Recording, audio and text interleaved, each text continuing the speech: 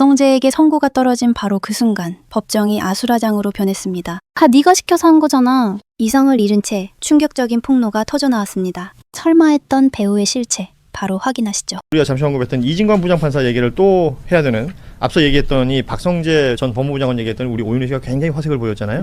바로 그 재판이 있었습니다. 네.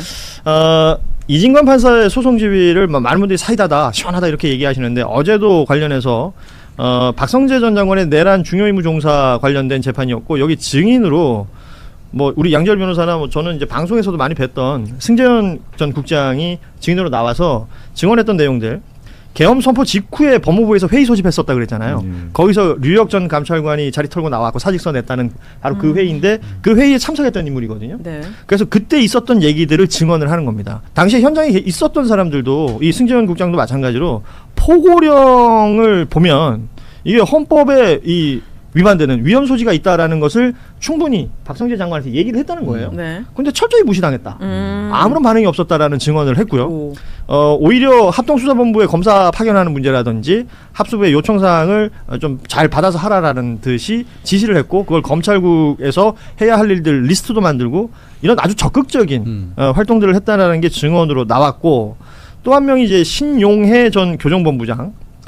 이게 굉장히 인상적이더라고요. 네. 박성재 전 장관이 어떤 질문을 안 했는데도 준비됐습니다 라고 얘기를 했대. 네. 뭘 준비를 했는지 준비됐다는 얘기를 했었기 때문에, 이런 것들을 보면 승재현 국장 전 국장의 증언 그대로 읽어드리면, 신용해 전 본부장은 자기가 해야 할 일을 했다라는 뉘앙스였다. 그러니까 사전에 무슨 교감이 있었던 것 같이 보인다라는 취지가 될 텐데, 네. 지금 생각해 보면요, 박성재 전 장관이 영장이 2번이나 기각됐잖아요. 어처구니가 없죠. 네. 지금 이런 내용들을 어찌됐건 다 알았을 텐데 어떻게 지금 해석을 하십니까? 이 재판은 계속 좀 더 진행이 돼야 되겠습니다만. 영장 기각 자체가 사실 황당한 사유였죠. 그러니까 기각 사유가 계엄이 불법이라는 사실을 몰랐을 수도 있다라는 거예요. 그렇죠. 위법성에 대한 법무부 단숨에 장관이. 여지가 있다. 대한민국 검사 출신의 법무부 장관이 그러면 그날 여의도로 뛰쳐나왔던 시민들은 뭐가 됩니까? 그리고 이 사유가요, 지금 박성재 전 장관이 받고 있는 사유가 너무 뻔해요. 자 보세요. 수사를 하려고 합수부 준비를 시켰고요. 수사를 한 다음에 가둬두려고 빈방 확보하려고 교정본부장을 동원을 했고요. 그다음에 혹시라도 밖으로 도망가는 사람들이 있을까 봐 출입국 본부장 시켜서 출국을 금지시키려고 했던 거예요. 네. 그러니까 이건 너무 적극적인 어떤 계엄과 계엄 이후의 상황에 대비한 걸로 봐야 되는데, 뭐라고 얘기를 하냐면 그 계엄이 떨어지고 나서 자기가 무슨 일을 해야 될지 모르기 때문에 통상적인 수준의 조치를 취한 것뿐이라는 거예요. 이런 얘기들이 영장실질심사 과정에서부터, 그러니까 수사 초기부터 다 알려졌는데 풀어줬어. 2번이나. 아마 이번에 이진관 판사님에게 많이 혼낼 것 같아요. 박성재 이분을. 그러니까 이진관 판사 인상적인 게, 혼낼 것 같아. 재판 중에 자신이 궁금한 게 있으면 직접 질문을 하잖아요. 네. 그러니까 그 질문을 합니다. 그 앞서 증인으로 출석했던 승재현 국장과 달리 또 한 명의 증인 배상업 전 출입국 외국인 정책본부장, 이 배 전 본부장에게는 뭘 물어보냐면, 그러니까 박성재가 탄핵 그 심사 때문에 직무에서 배제됐던 기간이 있었지 않습니까? 그 기간에 이 배 전 본부장이 국회에 불려 나와서 그런 얘기를 합니다. 윤석열에 대해서 출국 금지 조치를 취했냐라고 했더니 취했다라는 걸 알리는 장면이 있었어요. 그 장면이 있었고 나서 박성재가 탄핵이 기각되고 다시 복귀를 하잖아요. 복귀를 하고 나서 배 전 본부장에게 그 얘기를 했다는 겁니다. 왜 국회에 나가서 그런 얘기를 했냐? 야당과 결탁했냐? 뭐 이런 얘기를 했다라는 걸 법정에서 증언을 한 겁니다. 네. 이진관 판사가 그 얘기를 물었어요. 통상 누가 출입국 금지가 됐는지 밝히지 않지 않느냐. 근데 왜 그걸 그때 국회에서 밝혔느냐라고 했더니 배 전 본부장이 통상적인 범죄와는 다르게 헌법을 위반한, 또 국민들이 혼란스러운 상태였다라는 네. 답을 했다는 거예요. 충분히 와닿지 않아요? 충분히 해야 될 일이었죠. 충분히 해야 될 일. 근데 그런 배 전 본부장을 야당하고 결탁했냐고 돌아와가지고 혼을 냈던 박성재 전 장관의 인식은 뭐였을까요? 근데 이제 박성재 장관이 구속이 안 된 것 자체가 아까 그 영장 판사들 2명이나 영장을 다 기각을 하면서, 사실은 이 내란과 관련된 또 이 법무검찰로 들어가는 그 진입로에 박성재가 서 있다 보니까 그걸 사실상 법원이 좀 면죄부를 주면서 사실상 보호를 해준 거 아니냐, 이런 의심도 충분히 우리가 할 수밖에 없는 상황이고, 지금 나오는 것도 중에서도 뭐 저도 기억나는 게 그때 무슨 수용과 관련된 보고서 이런 것들 다 증거인멸 박성재가 한 게 다 드러났거든요. 그럼에도 불구하고 불구하고 영장이 막 안 나오는 이 어처구니 없는 상황 속에서 정말 지금 이제 불구속 상태로 재판을 받고 있는 것도 국민들이 참 화가 나실 수밖에 없는 일이고, 뭐 이상민의 단전단수 그 뭐 7년 나온 것도 지금 너무 국민들이 화가 많이 나지 않습니까? 그거에 비하면은 사실 박성재는 지금 너무 많은 특혜를 받고 있는 거예요. 그래서 이거는 정말 이번에 이진관 재판장이 좀 신속하게 재판 엄정하게 하셔가지고 정말 한덕수의 형량에 버금가는 전 그 형량과 법정 구속이 반드시 나와야 될 정도로 아주 중요한 위치에 있었다. 그리고 또 하나는 그 안가 4인방 회동 예. 거기에 대한 수사도 전혀 돼 있지 않고 뭐 윤석열 당시에 무슨 뭐 비서실장 정진석이나 뭐 김태효 또 김주현 민정수석 뭐 다 지금 열애 상태거든요. 그러니까 여기에 대해서도 좀 빠르게 2차 종합특검에서도 좀 정리를 신속하게 좀 해야 되지 않을까 그런 생각이 듭니다. 그래서 우리 아까 오윤혜 씨가 물어봤던 이진관 부장판사가 어떤 재판들을 하느냐 네. 관련해서 우리 이승준 기자 아시다시피 저 뉴스다이브에 숨어있는 실세 그분도 판결 받아요? 아니 그분 갑자기 모르는 사람이 그 재판 명단을 저한테 보내주셨는데 지금 쭉 얘기했던 대통령실 관련된 사람들이 아, 있습니다. 네. 정진석 전 비서실장도 오. 이진관 판사한테 재판을 받게 되고 네. 그리고 김주현 전 민정수석 오. 이원모 전 공직기강 비서관 그리고 이원모? 앞서 얘기했던 맞아. 최상목 전 부총리 네. 여기에 이완규 전 법제처장 그러니까 이거는 이제 안가 회동 관련해서 네. 허위 증언했다는 등등의 네. 이런 인물들이 이진관 부장판사로부터 재판을 받게 된다. 아, 기대됩니다. 음. 박성재 씨는 23년은 최소 나와야 되는 거 아니에요? 더 나와. 안 그러면 한덕수 씨 너무 슬플 것 사실 같아요. 한덕수라는 인물은 계엄 자체가 이게 위법한 상황인데 합법인 것처럼 뭔가 포장하려고 했던 그것이 이제 유죄가 인정된 거잖아요. 근데 박성재라는 인물은 실행했던 사람이에요. 그러니까요. 네. 그래서 박성재 개인에 대한 엄중한 처벌도 반드시 필요한데 그것보다 사실 더 중요한 건요. 신 변호사도 잠깐 언급을 했지만 박성재가 끊겼고 그 박성재라는 사람이 끊김으로써 당시에 검찰이 어떤 역할을 했었는지가 아예 끊겼고요. 네. 그리고 박성재 하면 떠오르는 인물이 있죠. 김한빵 씨. 네. 김한빵 씨와의 관계에 있어서 박성재가 중요한 역할을 할 수밖에 없었던 게 본인은 부정하고 있지만 당시에 김건희가 수사받는 과정에서 김건희 수사를 막기 위해서 박성재 그리고 또 김주현 민정수석 라인을 교체를 했다라는 게 중론이잖아요.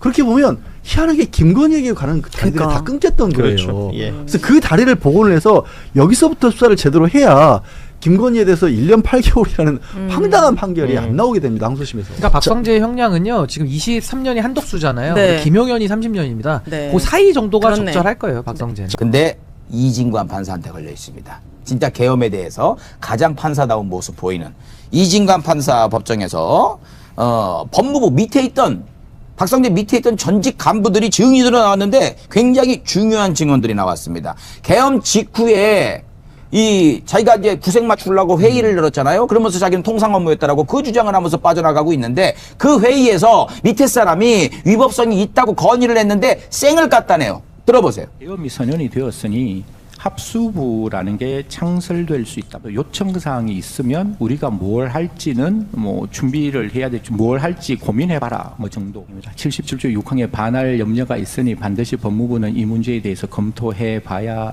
됩니다라고 말씀드렸습니다. 피고인이 증인의 말에 어떤 뭐 대답이나 반응을 보였나요? 그리고 장관님께서는 특별한 말씀 없으시고 그래서 회의는 그로부터 그냥 끝났습니다. 박정호가 풀어줄 때 이유가 뭐였었죠? 위법성 인식이 없었을 수 있습니다. 이러면 판사가 벌을 받아야 되는 거 아닙니까? 판사가 벌을 받아야 되는 건 무능으로 하겠어요. 감봉 3개월이라도 가자. 저 이따가 법원 가야 돼요. 미안합니다. 살려주세요. 저는 저런 판결들 저기 하나하나 깨지고 국민들한테 좀 뭐하는 짓거리요 하는 판사들 보면서 전 저게 조지호다라는 생각이 들어요. 맞아요. 조지호가 꽂아낸 애들이니 조지호의 의중대로 한 거 아닙니까? 저게 조지호예요. 조이대. 조지호는 이제 경찰. 정말 희대의 죄송합니다. 망언이십니다. 조지호도 잘못했지 뭘. 거기 이제 징역가 있고. 예. 나 많이 뻔뻔해졌어요.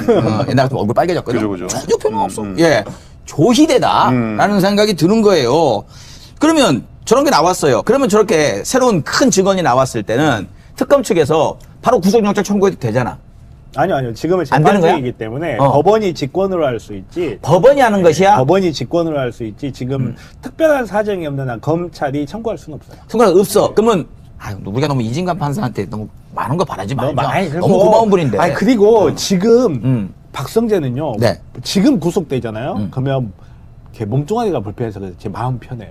지금 오히려 밖에 나와가지고 이진관 앞에 가가지고 저 새끼 나 구속시킬 것 같은데 내가 뭐라고 해야 구속 안 돼. 이게 오히려 더 죽을 맛일 거야. 살아도 사는 것이 그럼요. 아니다. 김현태는 어떨까? 걔는 무슨 생각이 있는데 제가 봤을 때 아무 생각 없는 것 같은데. 아무튼. 그럼 나름 해맑아요. 알았어. 내가 괜한 언급을 했구만. 알겠습니다. 이게 되게 이게 또 중요한 게 뭐냐면 이진관 판사가 박성재 처음 재판할 때 내란 동의했어 안 했어? 말렸어 안 말렸어? 이거였어요. 네. 그때 박성재가 말리긴 말렸는데 법적으로 자세히 판단해 본 건 아니고 이렇게 해서 말렸어요. 막 이런 식으로 이야기를 했단 그랬지. 말이에요. 그게 왜 그 이야기가 계속 나오냐면 위법성에 대한 인식 여부 때문에 그래요. 그러니까 예를 들어서 그냥 말렸어. 야 그럼 너 왜 말렸냐? 그럼 위법하지 않다고 생각했는데 왜 말린 거야? 이렇게 가버리거든요. 그렇지. 그러다 보니까 계속 하는데 이제 저 법무부 직원이 나와가지고 증언을 한 게 굉장히 중요한 게 위법성의 인식이 있을 수도 있기만 해도 문제가 되는 거거든요. 이런 사안은. 근데 충분히 설사 너가 멍청해가지고 위법성을 인식을 못했다 하더라도 옆에 법무부 직원이 위법할 수 있다라는 이야기를 했기 때문에 위법성 인식으로 가는 통로 자체 완전히 차단이 돼버려요. 그러니까 간단한 거예요. 본인이 위법성을 몰랐다? 근데 위법성이 있다고 했는데 쌩을 깠다? 개헌을 미리 하는 거예요. 난 그걸로밖에 안 보입니다. 다 준비하고서 했어. 그 이유까지 진짜 생각했을 거예요. 계엄 직후에 내가 이거 열어가지고 혹시나 내가 나중에 재표 들어갈 수 있으니까 나 할 일은 다 한 것 같이 이게 내 법무부 장관으로서 빠져나갈 구멍을 마련해야지. 뭐 이런 걸 다 했었을 거라고 봐요. 너 표정이 왜 그래? 제가 봤을 때 이런 애들은 그 정도 생각하는 게 아니라 계엄이 끝나고 나면 어떻게 떵떵거리고 살까 이걸 고민하지. 실패한 다음에 뭐 어떻게 이거 고민하지. 저는 박성재는요. 어떻게 떵떵거릴까 플러스 다 쓸어버려야 된다는 그렇죠. 생각을 가장 강하게 했을 인물 중 하나예요. 그때 국회 나와서 국회의원들 째려보고 이러는 거 보면은요. 진짜 그 꿈도 엄청나게 컸을 거예요. 진짜 밟아 죽이려고 했던. 그래서 저게 악질이라는 겁니다. 그리고 계엄 이후에도 내가 뭘 잘못했는데 난 아무 문제 없습니다. 막 이렇게 얘기하는 그 꼬라지 한번 보세요. 변호사님도 말씀해 주셨지만 그 이제 위법성 여부를 인식했는지가 다른 장관들하고는 좀 다르게 굉장히 중요한 게 실제로 뭔가 행동을 했단 말이죠. 출입국 팀 쪽에 맞아요. 대기를 시켜가지고 만약에 뭐 빠져나가려고 하는 뭐 정치인이나 이런 사람들이 있으면 잡으려고 했던 것 같은 그런 행태. 그리고 이제 법무부에 따로 그 간부들을 모아가지고 뭐 이제 계엄에 협조하려는 어떤 회의를 했었던 행태. 이런 게 그냥 박성재의 주장처럼 계엄이 합법적으로 선포가 됐으니까 통상적인 업무대로 그냥 난 진행을 한 거다. 매뉴얼대로 진행을 한 거다. 라고 얘기하면 뭐 구성적 기각됐듯이 빠져나갈 수 있는 건데 지금 뭐 승재원 국장이나 이런 사람들이 말하는 걸 보면 그 회의 자리에서도 이건 위법하기 때문에 따르면 안 될 수 있다라는 얘기가 나왔다는 거잖아요. 그랬는데도 지위를 이어갔으면 그거는 이제 위법한 지위를 그대로 시행한 내란 중요 임무 종사가 될 수 있다. 라는 겁니다. 그러니까 이상민이 7년 받았잖아요. 이상민이 7년 받았는데 전화 한 통 7년이었어요. 박성재는 지금 보면 전화 한 통이 아니야. 중요한 것은 판사가 누구야? 그러지. 중요한 것은 안 봐주는. 그러니까 기득권 편에 안 서는 판사인 거예요. 네. 그렇기 때문에 내란을 내란으로 바라보고 있는 판사인 거예요. 그렇기 때문에 얘도 최상목이 같이 기피 신청 하려나? 판사? 해야 될 것 같은데. 모으는 것 같은데. 그거 했다가 또 기각돼 갖고 또 괘씸죄 받아야 될 것 같은데. 아무튼 근데 이거는 그 육성은 없습니다만은 이거 열받더만요. 박성재가 출입국 본부장 그때 내란 일어나자마자 출입국 본부장 불러가지고 출국 금지 다 시켜.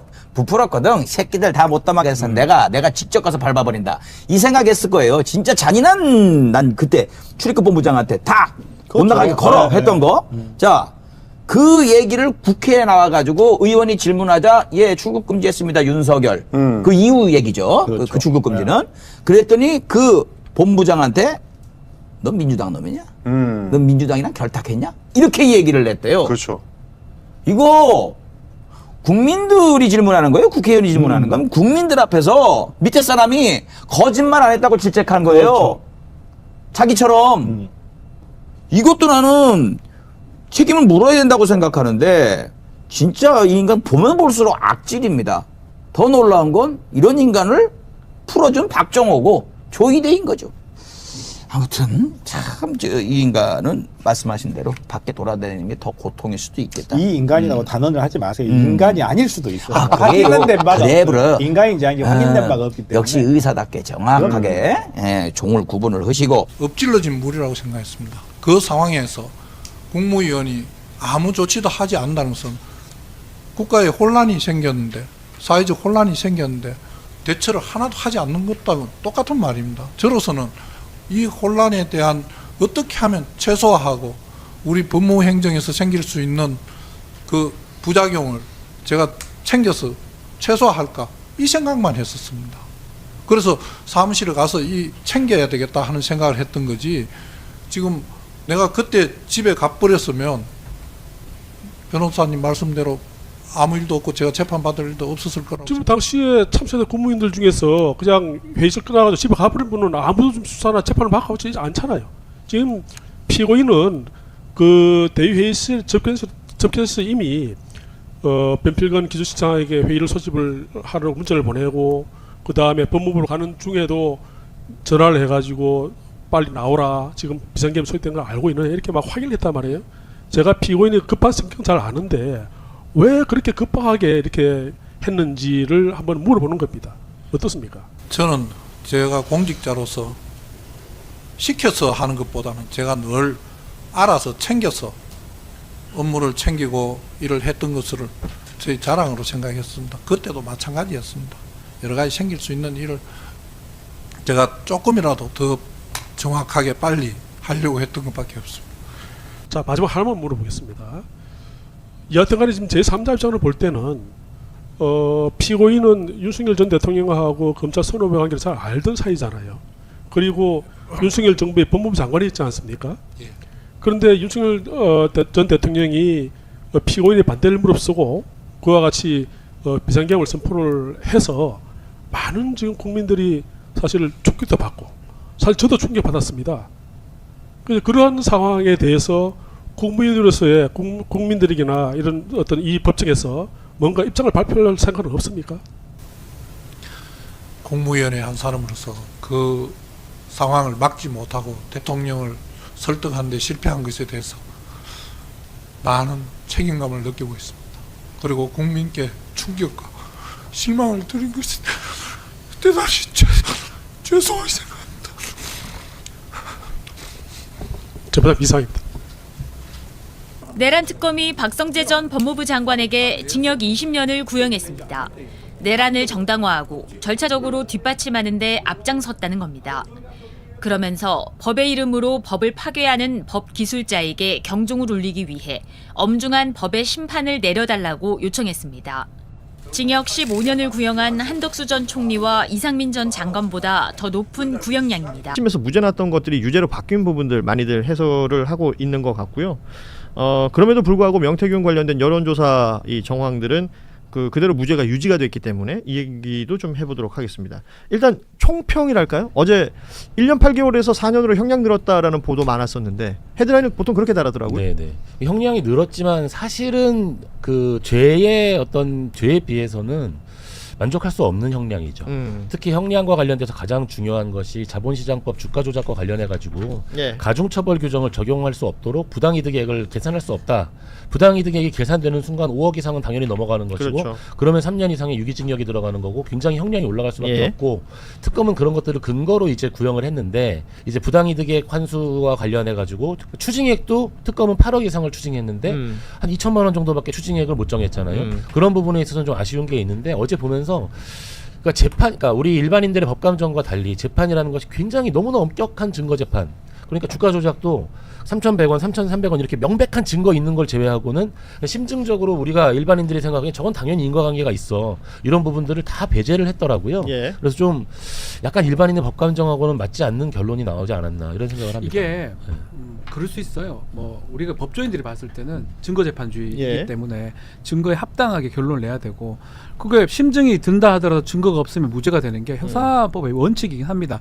그럼에도 사실은 좀 아쉬운 부분이 제가 누누이 말했던 부분인데, 주가 조작 부분이요. 예. 얼마나 감췄던 범죄입니까? 판사님들이 그런 것들을 열어놔야 되는데, 왠지 김건희 앞에 가면 검사도 그렇고요, 판사님들도 약간은 못하는 느낌을 또 받았습니다. 4년은 약해요. 저는 뭐 어떻게든 4년은 약하다고 봐요.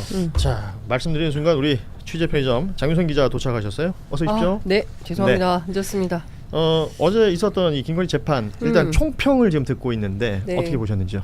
앞서 다 말씀들 잘 해주셨는데 국민 눈높이에 맞지 않죠. 그나마 다행인 것은 15년 걸렸어요. 네. 김건희 씨가 도이치모터스 주가 조작 의혹 사건 시작한 이후로 유죄 4년 받는데 15년 걸렸다라는 생각이 좀 들고, 예를 들어서 박지훈 변호사나 저였다면 이게 15년씩이나 걸릴 일입니까? 그 안에 살고 있겠죠 지금. 그렇죠.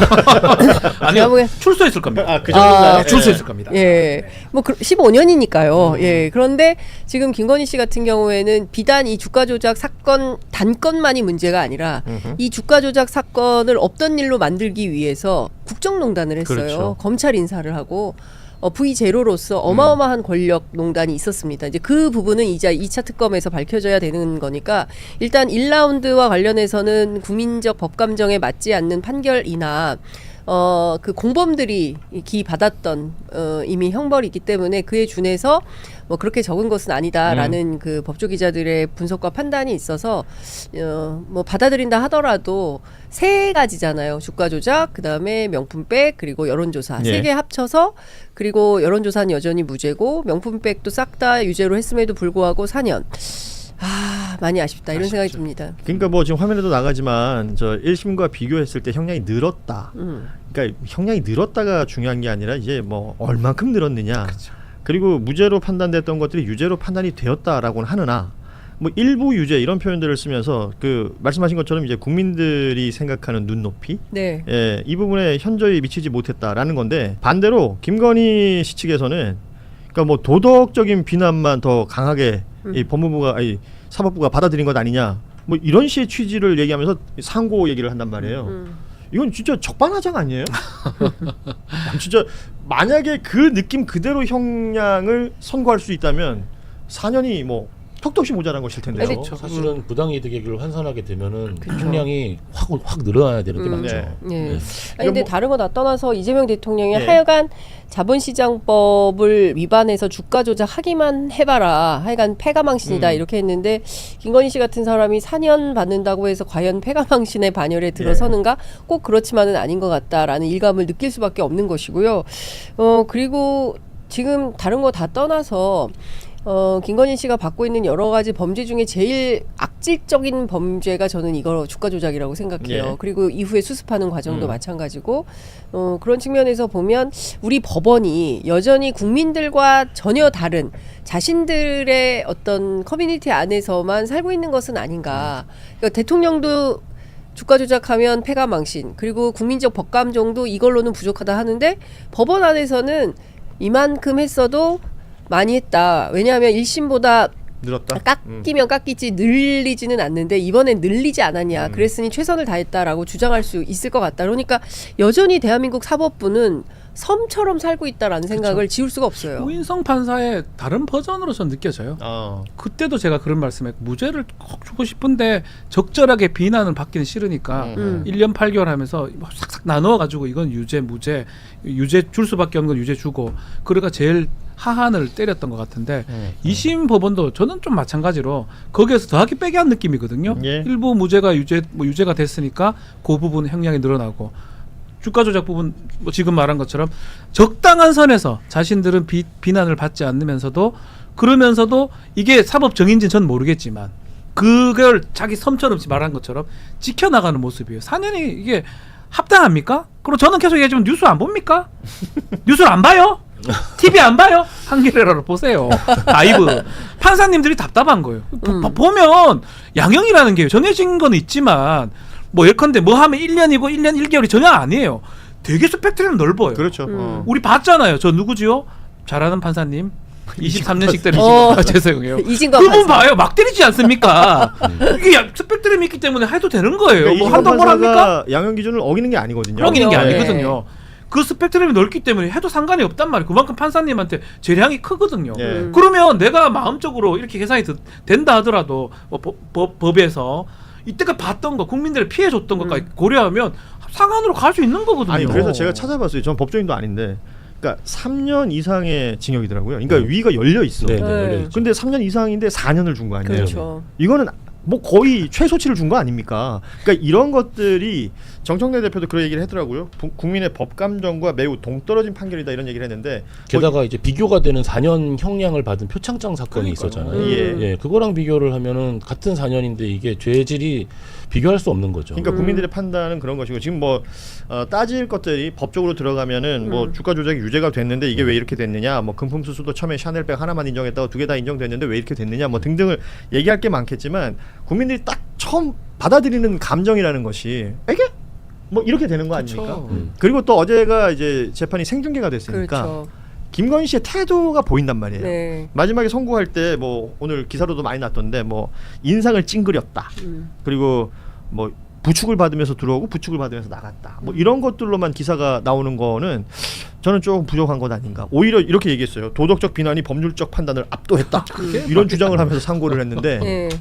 야, 참나 답답하네요. 어제 재판에서 사실 법리적으로 이제 굉장히 의미 있는 거는 사실 1심에서 우인성 재판장이 이 주가 조작을 쪼갰단 말이에요.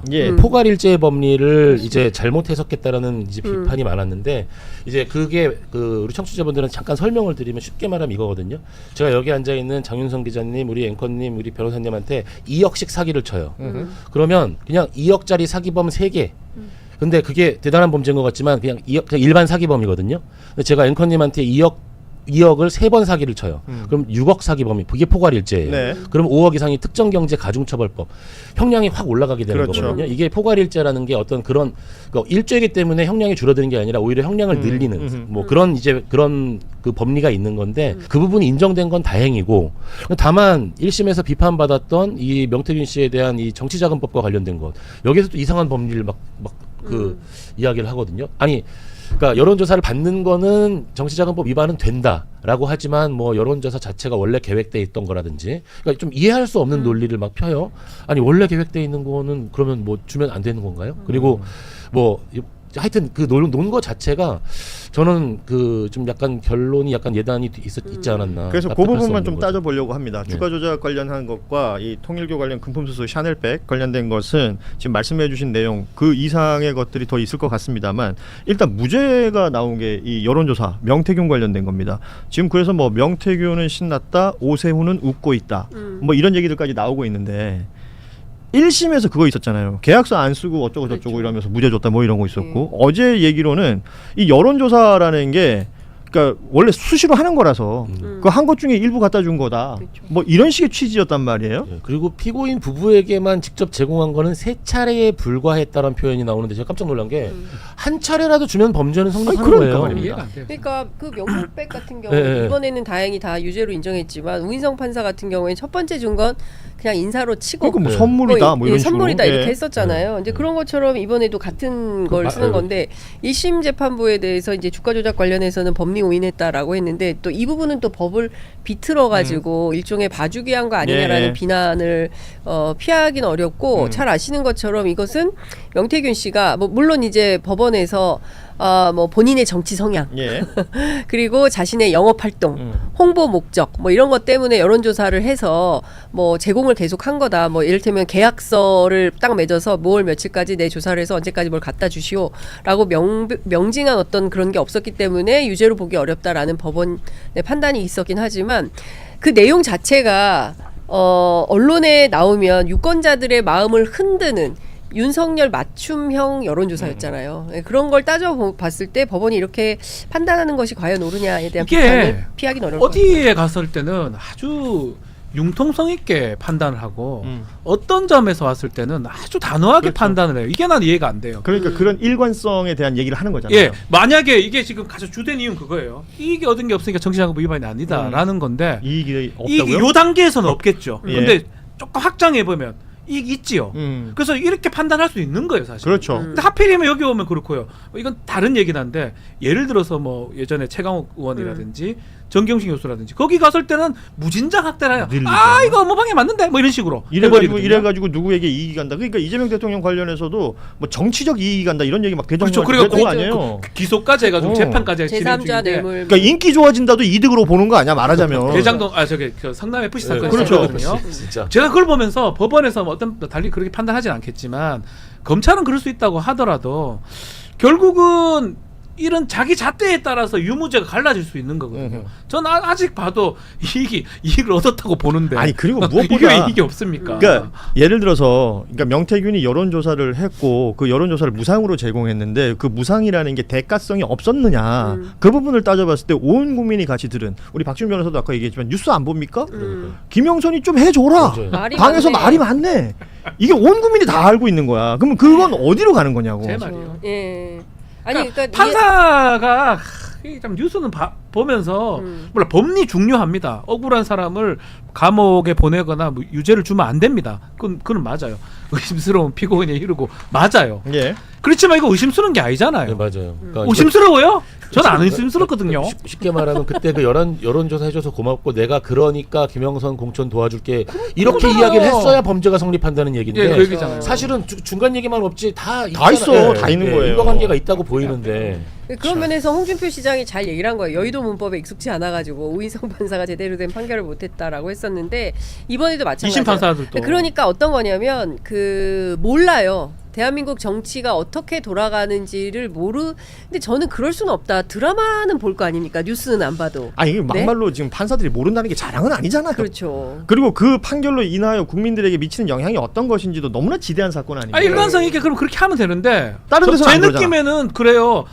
자기가 뭐 정치적 어떤 그게 있는지는 알 수는 없지만 그 판사님이 따라서는 이거는 아주 완화되게 해석해버리고 이건 아주 엄격하게 해석해버리고 이런 뉘앙스를 받는다는 이른바 거예요. 고무줄 잣대가 되면 뭐 로또 같은 게 되는 거잖아요. 그쵸. 어떤 판사를 만나느냐에 따라서 자신의 운명이 변경된다면 그 판사 앞에 줄을 서죠. 그 말이 안 되는 거잖아요. 그게 대한민국의 그 제대로 된 법치국가의 법률에 맞는 거냐라는 비판을 받을 수밖에 없는 제가 거예요. 오늘 본 그 칼럼이 하나 있습니다. 제목이 김건희로 본 한국 사회 총체적 민낯이라는 건데 칼럼 내용 중에 이런 게 있어요. 정치권의 내로남불, 불법도 마다하는 자본의 탐욕, 권력 앞에 납작 엎드리는 검찰의 비열함, 현실과 동떨어진 사법부의 비상식적인 판결. 이게 적어놓고 나니까 답답하네요. 그러니까 이런 게 너무나 만연한데 흔히 말하는 기득권, 엘리트 이렇게 표현되는 사람들이 이 안에서 놀고 있다. 그렇죠. 자기들만의 성을 구축하고 그게 사실은 뭐 정치권까지 연동이 되는 거죠. 소위 이제 국민의힘 대한민국 보수 정치가 거기하고 같이 되는 거고 이를테면 검사 출신, 판사 출신 이런 사람들이 전부 대거 국민의힘에 와서 정치를 하면서 입법을 통해서 자신들의 이익을 이익을 이제 옹호하고 뭐 방어벽을 쌓고 이런 정치를 굉장히 오랫동안 해온 거죠. 친일 군사 독재를 우리가 제대로 청산하지 못했기 때문에 지금 이 순간까지도 이런 문제들의 직면에 있는 거다라고 말을 하는 게 정말 입이 아파요. 그런데 지금 이 순간에도 여전히 변화하거나 바뀔 생각은 1도 없고 뭐가 잘못했는데 뭐가 문제야. 뭐 우리 좀 이따가 국정조사 얘기도 하겠지만 지금 생각해 보면 지난 시기 국정조사에 출석했던 수많은 검사들이 보여준 태도 그걸 볼 때 과연 그 국민 앞에 진솔하게 자신들의 잘못된 점을 반성하고 사과하려는 태도였나 아니면 여전히 우리는 검사들이야 라고 군림하려고 했나 이건 명확하게 보이는 거잖아요. 아직 정신 못 차렸다라는 말씀밖에 못 드릴 것 같습니다. 대법원 상고를 했는데 대법원 가면 우리가 흔히 대법원은 이제 법률심이다 뭐 이렇게 얘기를 하는데 지금 4년 나온 이 형량이 더 올라가거나 뭐 또 다른 판단이 이루어질 가능성 어떻게 보시나요? 대법원 상고는 1심에서 2심 가는 거랑 다르게 10년 이하의 형은 형량 자체를 다투지 못해요. 그런데 이제 가능성은 지금 정치자금법과 관련돼 가지고 무죄 나온 부분을 검찰이 상고를 할 것이고 또 이제 주가 조작과 관련돼 가지고도 이제 이유 무죄가 나왔던 부분 있잖아요. 그런 부분들은 이제 검찰이 그 특검이 그 상고를 할 거예요. 이런 부분에 있어서 법리 오해가 있다 해서 파기환송을 하게 되면 그때 형량이 올라가게 되죠. 파기환송심에서. 그렇군요. 그러니까 파기환송이라는 단어가 들려야지 그나마 형량이 바뀔 수 있다. 그 기대도 안 하는 게 조이대 이제는 이런 얘기 하는 것도 참 그런 것 같아요. 우리 법조인들이 가장 좀 나쁜 게 제가 항상 얘기하는 게 의뢰인들 와가지고 야 판사 이상한 판사 만난 거 아닙니까? 아니라고 당신이 했던 것만큼 벌 되고 된다 이런 얘기를 항상 해왔어요. 근데 언제부턴가는 판사 공감을 해. 그 판사가 고향이 어딘지 한번 봅시다. 그리고 뭐 했는지 한번 봅시다. 우리가 그래 돼버렸어요. 그러니까 너무 답답한 거예요. 이론이 참 답답한 노릇입니다. 사법부가 뭐 사법부의 독립, 재판의 독립 운운하면서 사법개혁을 반대하는 목소리들을 막 내는데 그런 모습이 독립된 모습입니까? 저는 이 얘기 좀 묻고 싶고, 지금 이 시간 실시간으로 진행되고 있는 윤석열 이 체포방해 관련된 2심 항소심이 진행이 되고 있습니다. 생중계로 보시는 분들도 있을 것 같은데, 지금까지 나온 내용은 국무위원회 심의권을 침해했던 직권남용이 인정됐다라는 부분이 있고요. 또 사후 계엄 선포문 관련해서 허위 공문서 작성 성립한다라고 봤고, 비화폰 수사기관 접근을 차단했던 이 지시했던 내용이죠. 이거는 또 직권남용에 해당한다라고 봤고요. 체포방해 항소심에서 특수 공문집행 방해에 있어서의 윤석열은 공동정범이다. 이렇게까지는 지금 정리가 되고 있어요. 그래서 마지막 선고가 나오면 형이 올라갈 것 같습니다. 예, 형량이 지난번 1심에서는 5년이었기 때문에 어떻게 되는지 나오면 또 바로 전해드리겠습니다. 다음 얘기 좀 짚어보도록 하죠. 내란의 밤, 그날의 진실이 아직도 더 밝혀질 게 있다. 뭐 이 얘기 많이 했었는데, MBC 어제 단독 보도입니다.